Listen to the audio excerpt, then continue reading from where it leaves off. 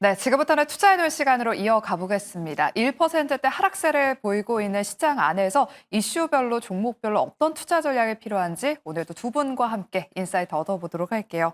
올리온 컨설팅의 윤혜림 대표, AJ 인베스트먼트 이재규 대표 두 분과 함께 하겠습니다. 어서 오세요. 안녕하세요. 네, 또 마지막 순서로는 탑픽주가 준비되어 있으니까요. 끝까지 채널 고정하시기 바랍니다. 네, 그럼 지지부진한 시장에서도 잘 버티고 있는 섹터에 대한 전략부터 먼저 세워보겠습니다. 먼저 원전주부터 이야기 나누어 볼 텐데요. 어제 장 마감 이후에 국내 최초의 원자력 상업 발전소인 고리 1호기의 해체가 최종 승인됐다는 소식이 나오면서 오늘 프리마켓에서부터 원전주들로 시세가 강하게 유입됐습니다. 지금도 원전 해체 관련주, 위드텍 여전히 두 자릿수대 급등세 보이고 있고요. 비츠로테크도 10% 넘는 급등세를 보이고 있습니다. 윤혜림 대표님, 국내에서는 원전 해체 모멘텀이 있고 또 해외에서는 지금 SMR 모멘텀까지 있는데 원전주들이 일부 종목들을 제외하고는 현재 다 윗꼬리가 좀 달렸습니다. 아무래도 고점에 대한 부담이 있는 것 같은데 계속해서 우상향 흐름 이어갈 수 있을까요? 일단 여태까지 기대감으로 많이 상승을 했기 때문에 이제 조금씩 좀 차익 실현이 나오고 있는 것 같고요. 일단은 이제 어제 같은 경우에는 이제 상업용 원전 해체가 우리나라에선 최초이기 때문에 조금 약간 이제 원전주가 계속해서 좋았지만 여기서도 조금 새로운 재료로 좀 이제 부각이 되면서 오늘 아침에 이제 약간 좀 좋은 모습을 보였으나 좀 오후장 들어서 좀 빠지는 흐름입니다. 그래서 이제 원전의 시계열을 길게 봤을 때는 대표적으로 두산에너빌리티 같은 경우는 우리가 10만 원까지 간다 이런 얘기가 나오고 있기는 하죠. 하지만 이제 여태까지의 호재들이 어느 정도 저는 주가에 반영이 됐다라고 생각을 하고 만약에 이제 지금이라도 진입하시는 분들은 어느 정도 손절가를 잡고 간다라는 생각으로 진입을 해야 된다라고 생각하기 때문에 원전은 우리가 당연히 길게 봤을 때 아직 주도주로서의 이런 역할은 꺾이진 않았지만 그래도 어느 정도의 이런 기간 조정과 가격 조정이 필요하다. 그리고 어느 정도 조정이 나왔을 때 우리가 분할 매수 눌림목 구간을 좀 공략해보자라고 정리하고 싶습니다. 네, 원전주들 여전히 주도주 자리를 지키고 있다 하지만 고점에 대한 차익 실현 매물이 출회되고 있기 때문에 만약 신규 접근을 고려하고 있다면 조정 시에 접근해보자라고 말씀해 주셨습니다. 그리고 나토 정상회의 기간 중에 이 위성락 국가안보실장이 트럼프 대통령이 우리 한국 조선업 협력에 관심이 아주 많다라고 발언을 한 사실이 부각받으면서 오늘 조선주들도 강세를 보이고 있습니다. 하지만 시장 상황이 지금 하락폭을 더 키워나가면서 대부분 윗꼬리가 또 많이 달렸는데요. 이재규 대표님. 네. 상반기는 조선주들이 정말 달렸었잖아요. 하반기에도 좀 이 시세가 좀 이어질 수 있을지 기간 조정이 좀 필요한 걸까요?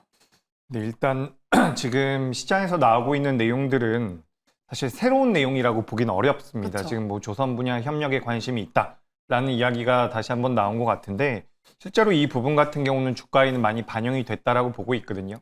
다만 이제 조선 쪽 같은 경우는 시장에서 어떤 식으로 분석을 하고 있느냐면 미국이 중국을 견제함에 따라서 우리나라 기업들이 수혜를 받을 가능성이 높다. 게다가 이제 트럼프가 당선이 된 이후에 관세 쪽에 대한 부담감으로 인해서 그런 정책적인 리스크로 인해서 상반기 때 부진했던 부분들이 정책적인 불확실성이 해소가 되면서 하반기에는 좋아질 수 있다는 내용들이 나오고 있습니다. 이런 부분들도 가만 생각을 해보면 우리가 모르고 있었던 내용들은 아니거든요.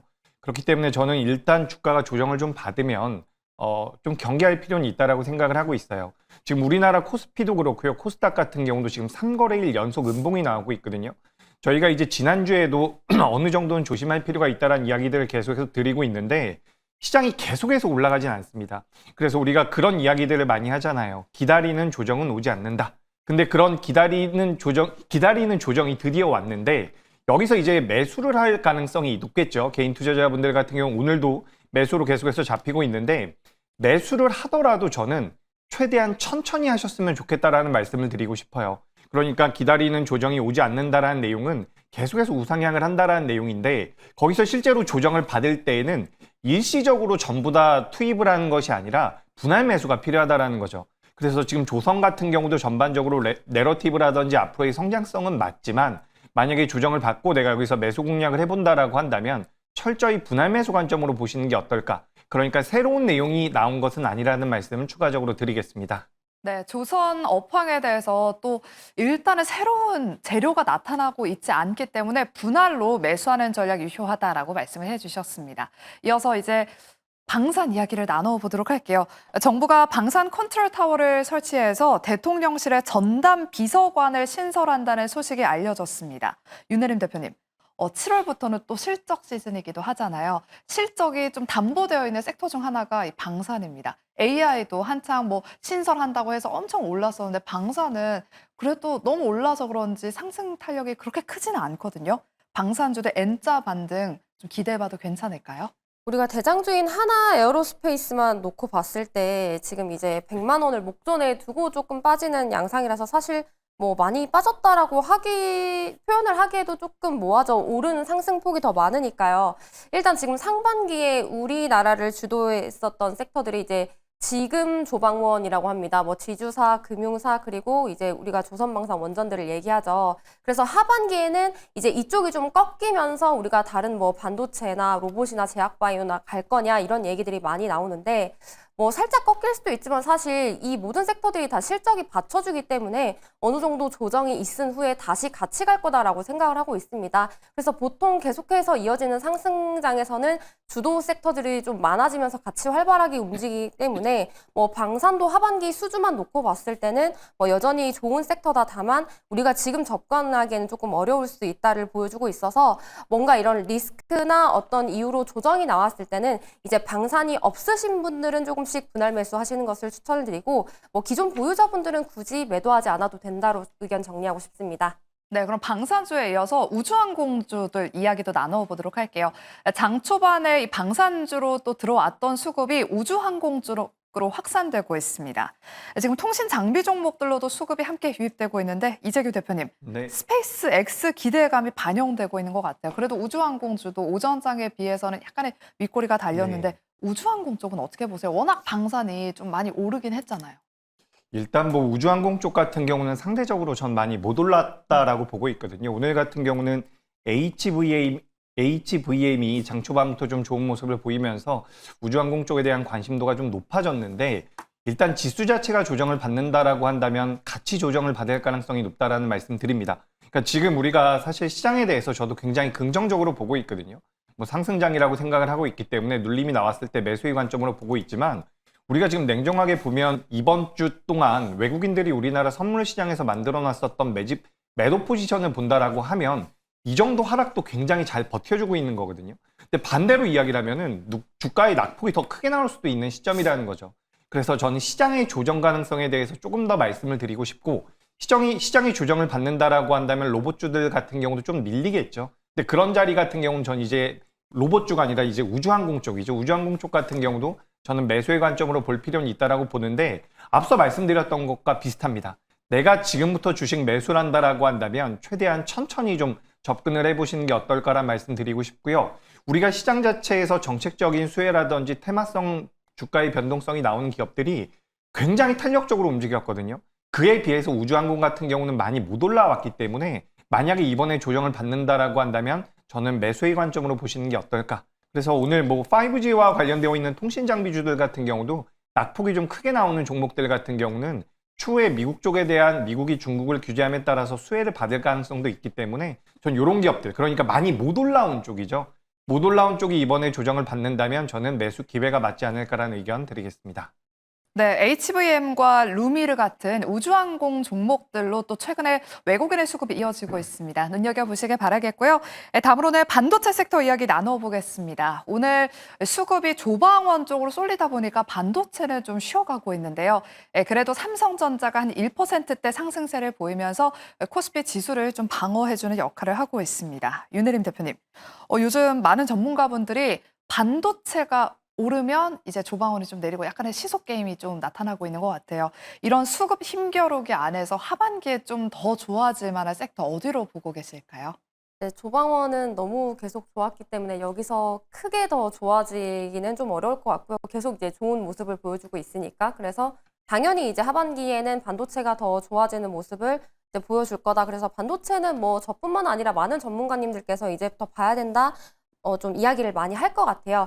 그런데 이제 반도체가 뭐 여러 가지 호재도 있지만 사실 아직 뭐 관세 이슈도 해결이 안 돼 있기 때문에 저는 지금 단기간에 조금 상승 추세가 나와서 다시 한번 조금 눌림이나 조정이 있은 후에 좀 반도체가 다시 갈 거다라고 생각을 하고 있어서 우리가 반도체도 사실 지금 뭐 우리가 저렴하게 담을 수 있는 구간의 종목들은 너무나도 많이 있기에 우리가 조금 더 지켜보고 분할 매수로 접근하자라고 얘기를 하고 싶습니다. 일단 지금 SK 하이닉스가 30만 원을 돌파를 하고 지금 조금 조정이 나오면서 약간 삼성전자의 상승은 이제 코스피를 조금 하락을 멈춰주는 상승으로 보고 있는데 뭐 대표적인 소부장 종목을 봤을 때 뭐 한미반도체나 이수페타시스 같은 경우 지금 단기간에 굉장히 많이 상승을 했죠. 그래서 이러한 대표적인 종목들이 조금 조정이 나왔을 때 그리고 이제 아랫단에 있는 종목들이 다 같이 조금 상승하기 시작하는 시점에 접근을 해도 좋다. 그래서 결국 하반기는 우리가 반도체의 추이를 조금 잘 지켜봐야 된다로 정리하고 싶습니다. 네, 반도체 앞으로 흐름을 눈여겨보자라고 말씀해 주셨습니다.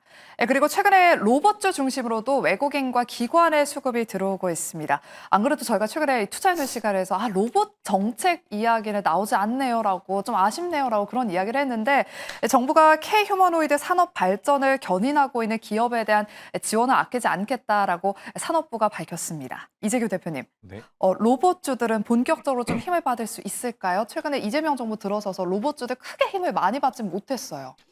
네, 일단 로봇 관련주들 같은 경우도 방금 전에 우리 이야기 나눠봤었던 우주항공처럼 다른 업종들이나 다른 테마성을 가지고 있는 종목군들에 비해서 많이 못 올라왔다라고 저는 생각을 하고 있습니다. 그렇기 때문에 지금 뭐 최근 들어서 며칠 동안 좀 변동성이 나오고 있는데 이런 종목군들 같은 경우는 저는 주가의 추가적인 우상향 가능성이 있다라고 생각을 하고 있어요. 물론 시장 자체가 조정을 받으면 그 조정을 이용해서 매수라는 관점 이렇게 좀 말씀을 드리고 싶은데 실질적으로 이제 우리 시장에서 그동안 그렇게까지 부각이 되지 못했었던 두산 로보틱스 같은 경우도 최근에는 주가의 변동성이 좀 나오고 있거든요. 두산 로보틱스 같은 경우는 또 이제 협동 로봇 쪽뿐만 아니라 이제 휴머노이드 쪽까지 엮이고 있는 부분들이 있는 것 같습니다. 그래서 우리가 이 우리나라 대한민국에 상장되어 있는 로봇 관련주들이 저평가가 됐습니다라고 말씀드리긴 좀 어렵지만 지금 시장 자체의 자금 자체가 빠르게 돌아가고 있고 정책적인 수혜를 받을 가능성이 높다라고 보고 있기 때문에 로봇 관련주들 같은 경우는 저는 조정을 받을 때마다 좀 담아가는 전략이 맞지 않을까라는 말씀을 드리고 싶어요. 그리고 우리가 추가적으로 좀 생각을 해볼 부분은 지금 AI 쪽에 대해서 정책적인 모멘텀들이 붙으면서 100조 투자를 하겠다라는 이야기가 나왔죠. 그러면서 AI 소프트웨어 쪽이 굉장히 강하게 움직였습니다. 오늘 같은 경우는 뭐 네이버라든지 카카오가 전반적으로 약세를 보이고 있지만 이 AI 쪽에 대한 수혜를 받을 수 있는 정책적인 모멘텀이 결국에는 로봇 쪽까지 연결될 가능성이 높다라고 보고 있기 때문에 로봇 같은 경우는 긍정적인 의견. 다만 지수의 조정 가능성은 항상 계속해서 말씀드리고 있는데 조정 시 분할 매수의 관점을 다시 한번 강조드려 보도록 하겠습니다. 네, 로봇주들도 앞으로 계속해서 눈여겨보자라고 말씀해 주셨습니다.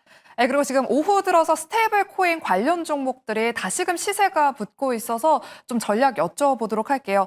방금 한국은행이 업무 보고에서 오늘 진행한 업무 보고에서 스테이블 코인과 관련해서 부작용이 없도록 잘 추진하겠다라는 내용이 나온 것으로 전해졌다라는 이 뉴스가 나오면서 현재 위메이드 플레이가 10% 넘게 또 급등을 하고 있고요. 다날도 현재 10% 넘게 급등하고 있습니다. 다날은 국내 스테이블코인 제도화에 선제 대응하겠다.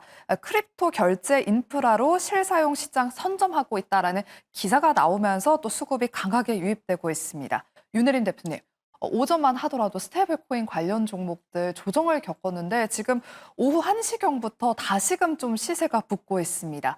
남은 오후장에 어떻게 좀 대응을 해봐야 될까요? 일단 저는 개인적으로 조금 구조적인 산업이 성장하는 섹터들을 좋아하는 편인지라 좀 이런 테마성은 우리가 트레이딩 하시는 분들이 좀 접근하기에 유효하다라고 정리를 하고 싶습니다. 그래서 뭐 스테이블 코인 같은 경우에도 결국 수혜를 받기에는 우리가 아직은 조금 섣부른 시장이라고 보고 있고 특히 이제 이 미국의 서클과 조금 주가 연동이 돼서 우리가 등락폭이 좀 큰 부분이기 때문에 이 부분에 있어서는 트레이딩 하시는 분들이 이제 오늘이 뭐 금요일이기도 하고 월 마감, 이제 분기 마감, 반기 마감을 하는 시점이기 때문에 어느 정도 수익이신 분들은 좀 수익을 실현하시는 게 어떨까 싶습니다. 네, 어느 정도 수익이 나고 있다면 수익을 좀 실현해보자라고 말씀을 해주셨습니다. 그러면 또 카카오페이 많은 분들이 궁금해하실 것 같아서 전략 여쭤보도록 할게요. 어제 또 한 번 거래 정지가 됐었던 카카오페이가 오늘 거래가 되게 됐습니다. 하지만 현재도 여전히 10% 넘는 급락세를 보이고 있는데요. 이재규 대표님, 네. 오히려 이때를 좀 매수의 기회로 삼아봐야 될지 앞서 우리 윤혜림 대표님은 수익이 나고 있다면 좀 챙겨보자라고 말씀해 네. 주셨는데 카카오페이는 워낙 지금 또 급락세를 맞고 있어서 좀 어떻게 해봐야 될까? 신규 접근 유효할까? 어떻게 보세요? 네, 일단 투자 위험 종목으로 지금 선정이 되어 있는 상황이죠. 그리고 주가의 변동성이 나오고 있는데 이렇게 좀 말씀드리고 싶어요. 수익이 나고 계시다라고 한다면 저는 수익 실현이 맞다라고 생각을 하거든요. 우리가 지금 이제 스테이블 코인 같은 경우 우리나라에서만 진행을 하고 있는 게 아니라 전 세계적으로 진행을 하고 있기 때문에 그에 대한 성장성은 저는 맞다라고 보고 있습니다.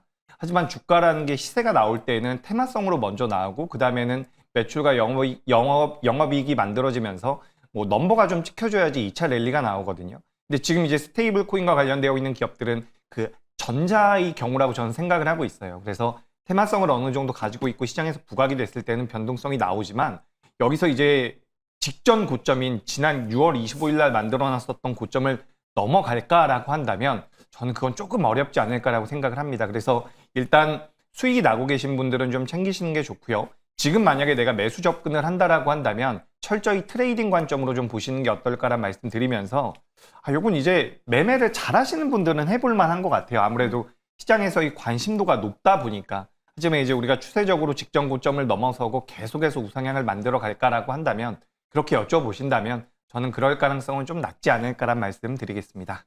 네, 스테이블코인 관련 종목들도 시세가 움직여서 저희가 짧게 전략 세워봤습니다. 그럼 다음으로는 제약바이오 섹터 이야기 나눠보도록 할게요. 오늘 뭐 반도체, 자동차, 2차 전지 너나 할 것 없이 다 부진하면서 그 틈새를 일부 제약바이오 종목들이 좀 치고 올라오고 있습니다. 최근에 AB온이라는 이 스몰캡 종목이 기술 이전 모멘텀으로 4거래일 연속 상한가를 갔는데요. 이재규 대표님. 네. 그 외에도 오늘 뭐 보로노이, 리가켄바이오 같은 바이오 종목들이 또 좋은 흐름을 보여주고 있습니다. 하반기에 좀 주목해 봐야 될 이슈가 있다면 어떤 것들이 있을지 좀 짚어주세요. 네, 일단 오늘 제가 너무 캑캑거려서 죄송하다라는 말씀 드리고 싶고요. 일단 제약바이오 같은 경우는 시장에서 굉장히 좀 어떻게 보면 소외가 됐었던 부분들이 있거든요. AB온 같은 경우는 뭐 4거래일 연속 굉장히 강한 모습을 보이면서 이제 제약바이오 쪽에 대한 관심도가 다시 한번 올라오는 것 같습니다. 근데 뭐 AB온이 ADC 쪽에 대한 모멘텀을 좀 가지고 있는 것 같고 기술 수출 쪽에 대한 모멘텀들을 가지고 있는 기업이라고 보시면 좋을 것 같은데 리가켄바이오 같은 경우도 비슷한 맥락으로 지금 주가 흐름이 좀 견조하게 나오고 있다라고 보고 있습니다. 7월 달 같은 경우는 우리 아시아 기준으로 봤을 땐 대만 쪽에서 학회가 있고요. 하반기에는 우리가 에스모라고 이야기를 많이 하죠. 에스모 쪽에 대한 모멘텀이 있는데 일단 제약바이오 같은 경우는 큰 흐름에서 봤을 때는 7월 달에 있을 미국의 FOMC에서 금리 인하를 할 가능성이 높아지는 부분에 대한 수혜가 어느 정도 만들어지고 있지 않나라고 생각을 하고 있거든요. 그래서 저는 일단 제약바이오 같은 경우도 그동안 많이 못 올랐었던 섹터라고 저는 보고 있기 때문에 지금 조정을 받는 과정에 들어가 있는 종목군들이 있다라고 한다면 다시 한번 좀 체크를 해보시고 하반기에는 제약바이오 그리고 반도체 같은 경우도 저는 개인적으로 많이 못 올라왔다라고 보고 있거든요. 반도체, 제약바이오 같은 기업들 그동안 많이 못 올라왔었던 쪽에 대해서 관심이 유효하지 않을까라는 말씀 드리겠습니다.